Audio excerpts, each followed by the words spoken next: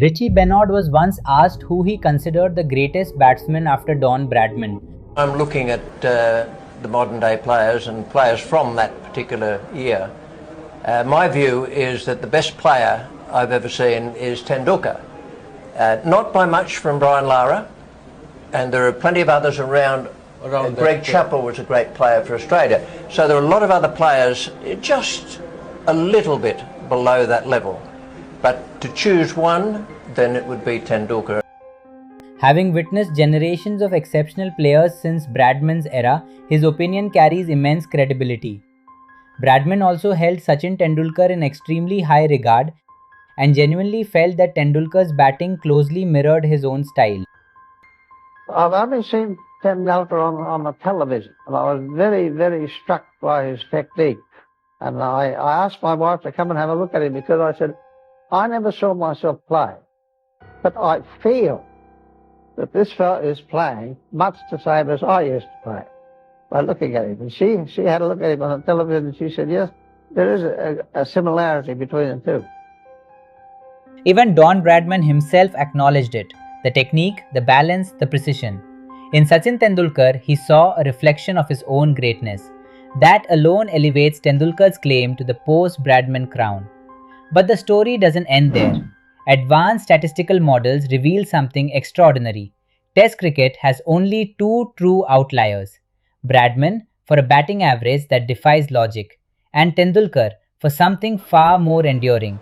A rare combination of longevity and mastery across every kind of opposition. And then comes the consistency. Tendulkar isn't just among the few to cross 10,000 test runs. He's among the rarest of the rare. A batter who maintained an average above 40 in every condition he ever played in. Among players with over 10,000 runs, only Sachin Tendulkar has achieved this feat, while others like Steve Smith, Sunil Gavaskar, Brian Lara and Alan Border come close, having accomplished it against most opponents. But here's where the story takes a turn. Because while the world was lucky enough to witness Tendulkar's full journey, there were others. Players so gifted, so complete, that even Bradman believed they could have reached the very top. And yet, the world never truly saw them.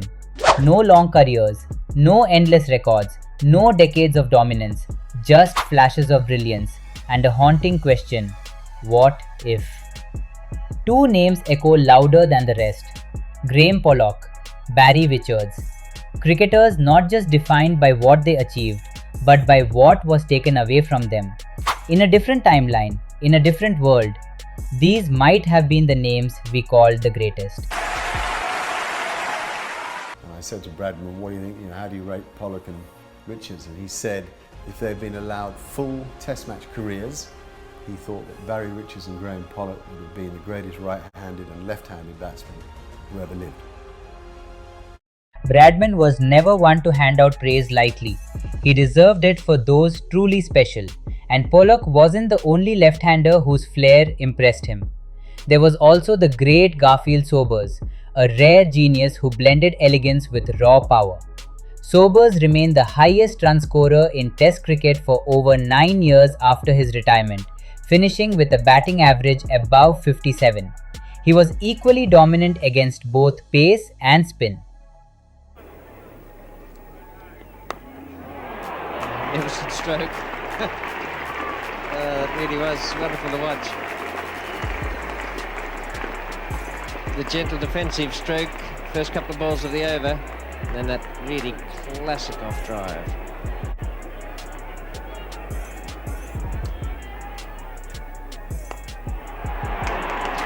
Marvellous placement. His back and across trigger movement gave him elite horizontal bat control. Sobers was known for his exceptionally quick feet. He didn't just survive spin, he looked to dominate it by reaching the pitch off the ball, a trait Bradman prized above all else. Sobers didn't just dominate the spinners of his own era, his insights were powerful enough to conquer the greatest spinner of the next. The fact that Brian Lara, a genius in his own right, sought out Sir Gary to unlock the secrets of playing spin tells you everything you need to know. Sobers' advice on hand positioning and balance wasn't just coaching, it was a masterclass in the physics of the game that remains relevant 50 years later. In the 2001 Sri Lanka series, Lara scored 688 runs, 42% of the team's total, after implementing Sober's advice.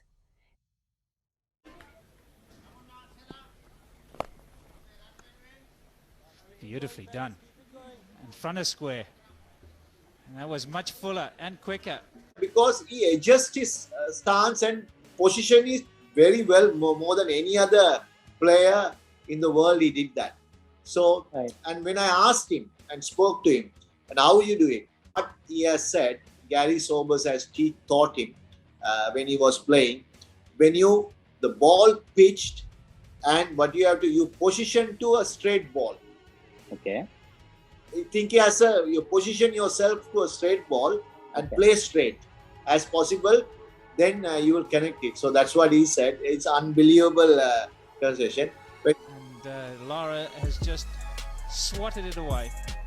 That indeed was a tough shot to play. This ball spinning right across him. But Lara, once again, he's someone special. But Sobers and Lara weren't the only names from the West Indies in the second best ever debate. There was Viv Richards, a batter who didn't just score runs but dominated bowlers psychologically, redefining aggression across generations. And long before him, there was George Headley. George Headley didn't just score runs, he carried a legacy.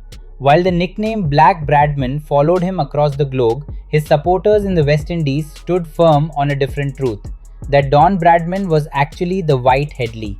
They saw a player who faced more pressure, tougher conditions, and a heavier burden than the Australian ever did. That sentiment was echoed by the legends who actually bowled to both. Clary Grimmett famously noted that Headley's onside play was the strongest he'd ever encountered. For a man who turned the leg glance into an art form, being second was never a settled debate. It was a matter of perspective. Although Don Bradman shared his era with greats like George Headley and Wally Hammond, there was an earlier legend who truly wore the crown as cricket's supreme master. During Bradman's own playing days, comparisons often arose, questioning whether he could ever surpass that original icon. I'm very pleased, but I did not deliberately set out to try and break records. As regards Jack Hobbs, I think he has built up a wonderful record that will probably stand for all time, and no Australian will ever beat his figures. In any case, he is a wonderful cricketer, and his record will probably stand for all time. Jack Hobbs was probably the finest batter on sticky wickets. Herbert Sutcliffe, who played alongside Hobbs and also faced Don Bradman, observed both legends closely. He often maintained that Bradman was the greatest batter of all time, but if he had to choose one player to bat on all kinds of surfaces, especially the treacherous sticky wickets, Hobbs would be his pick. Do it. Good use of the feet, good flow of the hands, good placement. Keep it on the ground, take the boundary. In the contemporary era, no player has challenged the statistical ghost of Bradman more directly than Steve Smith. His rise from a leg-spinning all-rounder to the world's premier test batsman is one of the sport's most improbable arcs. On December 30th, 2017, Smith achieved an ICC batting rating of 947 points, the second highest in the history of the game, surpassed only by Bradman's 961, a mark set nearly 7 decades earlier. Smith's peak was characterized by a period of absolute ruthlessness. Between 2015 and 2017, he topped the ICC Test rankings every single year, accumulating centuries at a rate that drew inevitable comparisons. In the calendar year 2017 alone, he finished with 6 Test centuries and an average of 76.76, numbers that belong to a different tier of the game entirely. The question of who is the best since Bradman does not yield a single universally accepted answer, because the criteria for greatness are inherently subjective. If the metric is the highest sustained peak and a proximity to Bradman's ICC rating, Steve Smith is the definitive choice. If the metric is longevity, technical perfection, and the ability to bear the weight of a nation's hopes for a quarter century, Sachin Tendulkar remains the gold standard. Even after all this debate, the question still comes down to perspective. There's no single definitive answer. Who do you consider the best since Don Bradman? Drop your pick in the comments and share your reasons so others can see and engage with your viewpoint.